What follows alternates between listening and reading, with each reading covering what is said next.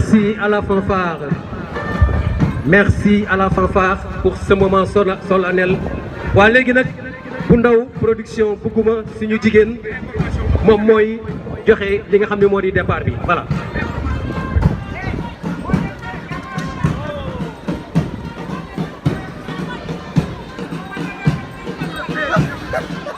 Voilà, merci. kon nañu may bu ndaw dañuy joxe benn information léegi rek ñi yor programme bi am na 4 non partants parce que ñëwuñu numéro 16 ñëwul Jibi Faye ñëwul Ibrahima Ba numéro 25 ñëwul Daouda Ndiaye numéro 26 ñëwul Adama Ba numéro 27 donc au lieu de 27 24 partants ñu ngi nii ils sont tous en ligne Ndiaye alors ñu bàyyi bugguma suñu sœur bu ndaw production mu joxe départ. kon nag départ de la première course muy waaw bu ndaw xaaral rek xaaral boo waree yëkkati da ngay yëkkati boo yëkkatee yéen les jockeys yéen lay waxal ñëw leen ci ligne de départ bi avec discipline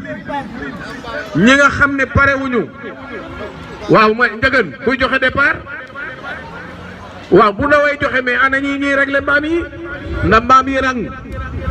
nañu rang ba jekk war leen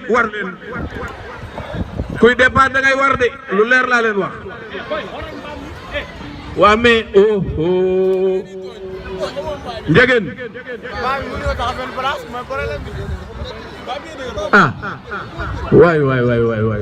waay coy mbaam waaye nag yàlla ko binde noonu maa la ko wax bu nu déparé rek mu jeex de bu ndaw waaw course bi déy nañ ma ne ma le PDG de Thiès Prestige lañ ko tudde Mbaye muy Pape Doumbia waaye nag kii joxe départ bi mooy jigéen sërëm la te jigéenu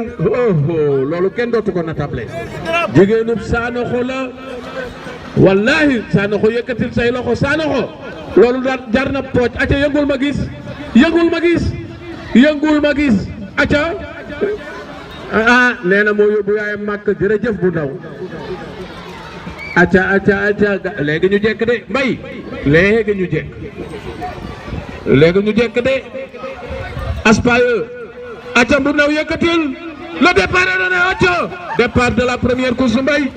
voilà jekk na drapeau bi daanu na bu ndaw production Bougouma Gueye moo ko joxe voilà defe naa suñu juge yi ñoom ñëpp ils sont à pied d'œuvre pour mën a def jugement bu baax attention da ngeen di wër waa ku warul dinañ la éliminer képp ku warul dinañ la éliminer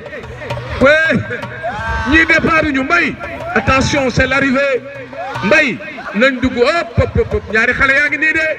la ilaha ñu ngay labali ñu ngi ci ñaar ñaa ngi jëkkante kuy raw attention xala ilaha illallah xale ba waaw numéro mi ngi nii indi ko moo raw de na ñëw xëcc leen ko wallaay moo raw Mbay xale bi raw na xale bu ndaw la mbaam mi mu war nag dafa xaw a ñuul wallaay daw na xel yu neex la xale bi déet kii rawul acca yow noo tudd Mouhamadou Ndione sa mbaam nu mu tudd Ndey Marème Tall la tudd waaw ma ni foo jóge cëm tàccu leen waa Mbomboy mbaamum Mbomboy moo raw mi ngi tudd Ndey Marème Tall acca tëggal leen ko buum orchestre bi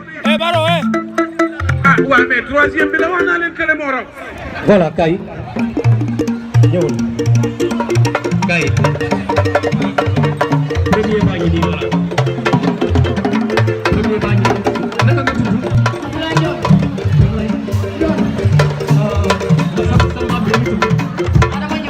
Adama Ndione foo jógee boo koy voilà muy numéro mooy tey deuxième bi waaw naka nga tudd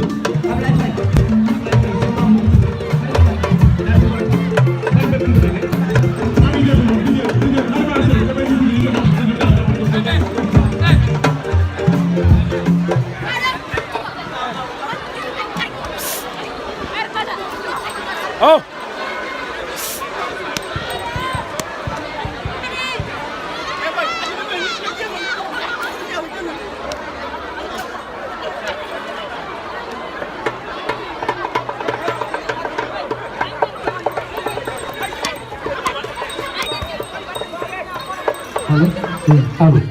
allo